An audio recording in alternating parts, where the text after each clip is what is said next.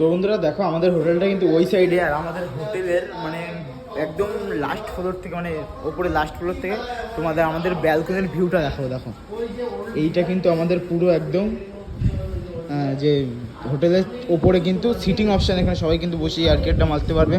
এখানে কিন্তু কাপড়টা আসলে বেশি মজা পাবে।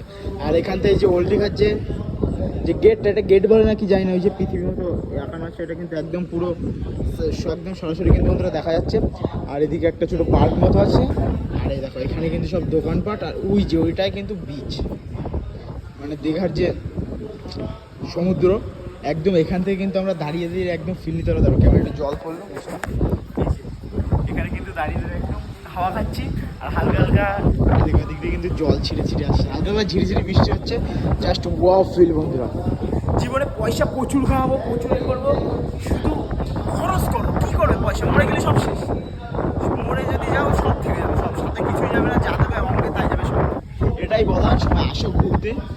দেখো সুন্দর ভিউ। আর এই হোটেলটা আমরা রয়েছি কোম্পানি হোটেল, কী বলবো, একটা জল পড়েছে, স্লিপ খাচ্ছি।